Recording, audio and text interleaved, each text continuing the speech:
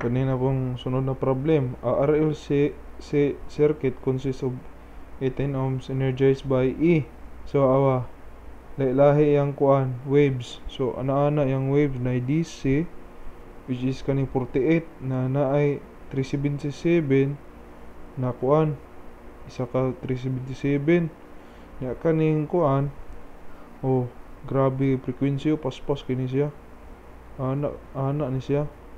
So na DC mo na 48 na ay sinusoidal which is kaning 377 o kaning nay katulo mo ning kuan gyapon ni siya 0 1 og 3 awa i-try og 377 times 1131 ay 377 times 3 di ba magawas ni.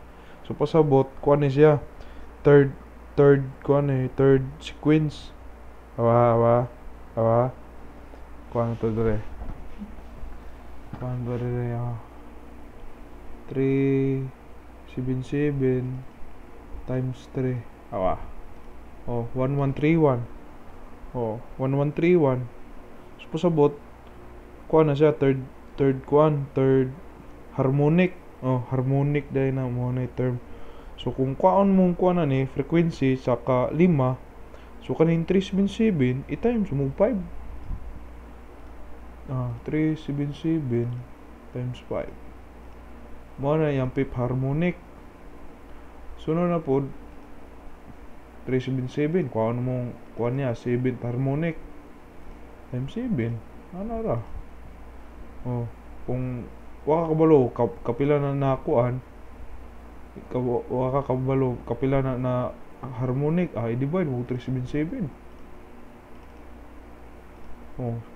kasi 7 siya na harmonic na siya na ang kanilang circuit magkuan ka ni circuit yun na niya circuit yun okay kaya nga RL na kuan circuit. So sa E na to ni 48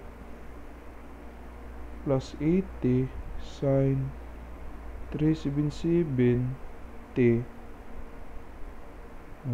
plus 68 sin 1113 1 plus 280 kuan no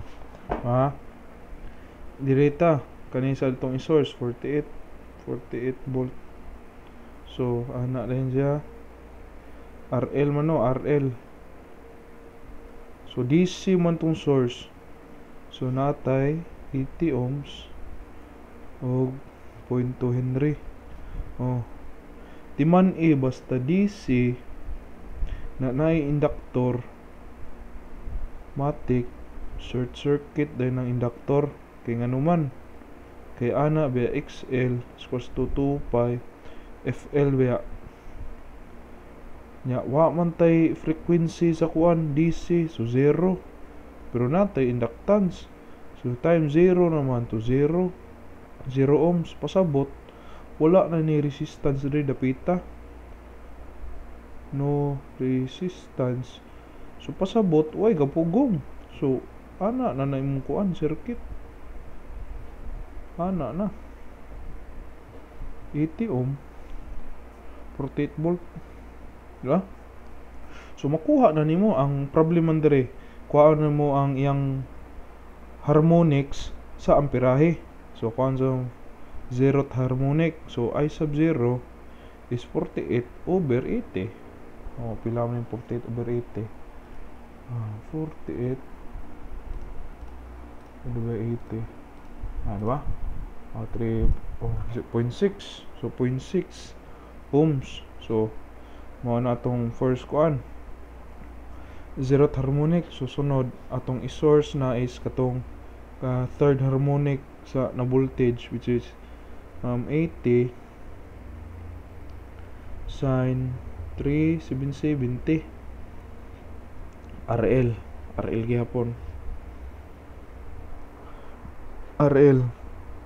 So kani Pero to na to 80 ohm nya 0.2 Henry. So matik kuan mo ang pirahe ana nakaditso. I sub 1 first harmonic is 80 angle 0, di ba? Wala man angle diha. So pasabot kuan na siya in phase. So ana, so sunod kuan kani ang iyang impedance syempre tong kuan E equals to IZ di ba? Which is whereas Z is equals to R minus I plus J XL. Kung kapasitor po R minus na ni J XC. Timan kung kapasitor minus kung inductor positive. Kay nga naman negative yun na nimong kuan kanang kapasitor kay kanang reactance kapasitor kay i-divide ba na nimo para kuan malid ang atong amperahe. Lain pa kay kung positive, kung imong i-divide inigsaka na man negative, so kapasitor man dapat i-lead mo, so mag-advance na kag negative dire para inig-divide mo ana naisaka man na sumang positive, therefore imong amperahe na mulid na siya. So pareha mo na yung principle sa kapasitor, i-lead. So pareha po na yung inductor, ilag na niyang kuan amperahe. So mag-plus lang kadiha. Kung i-divide isa ka ma-negative, so malang imong kuan kuan ang amperahe sa inductor. Sakto siya. Mo na siya nganong i-negative. So therefore kani kuan na ta mag-8 pila point o dili 80 sin lagi ang kuan na to kanang resistor 80 inductor man so plus J pila kuan na to frequency 377. So kuan na ka 377 times the kuan 0.2 ano ra kadali largo din kaning kuan magkuanta complex. So 80 over 80 plus 377 times 0.2 yeah. Pila ay di wala taga kuan ay siyang ayan kulira tara shift 7 tanggal la shift 2 shift 2 lagi na 3 okay. So mo ni ato ang harmonics sa kuan harmonics 1.7277 angle negative 43.30 okay ampere. Mo ni first harmonic, zeroth harmonic. Okay. Dayon. So, kao na to ang third harmonic. Saan ito yung ilagay? Third harmonic na to. Ito ang kuan ani. Ito ang kuan 68 sin 1131 plus 28 volts RL matik ay nagdaghang kuan kulitos kumatos kuan ni pointo na dayon kuan to third harmonic sa amperahe which is 68 angle positive 28 over 80 plus J 0.2 times the frequency which is 1131 times the omega.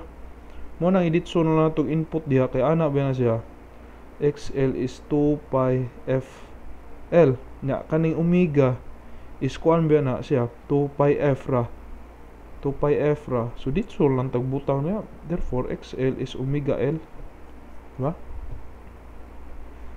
Omega L lang siya. Kopyamos.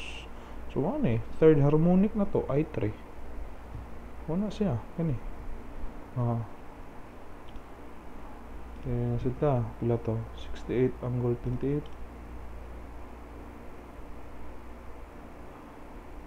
Angle alpha angle bara angle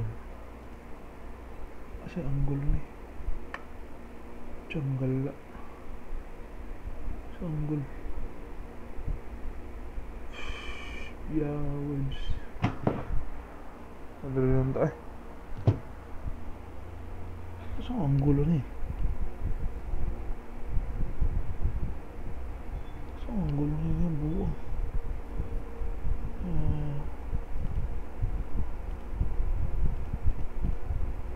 anggol ng buong doon.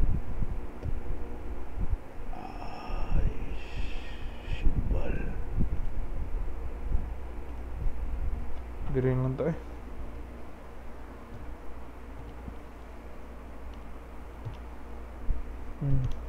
Ito. 68 angle 28 over 80 plus 0.2 1131 ay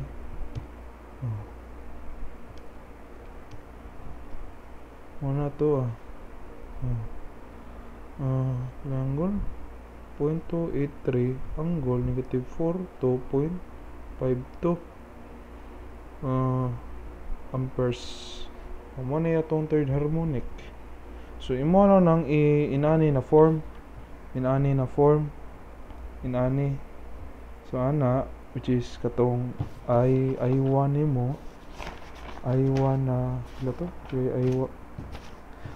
I sub 0 no tiyanggal asa dito I sub 0 nimo which is 0.6 so 0.6 lang gadiha dito pero kanhi I na lang I 0.6 plus sunod sa first harmonic this is 0.277 times the frequency niya sine the frequency T niya plus 68 na pod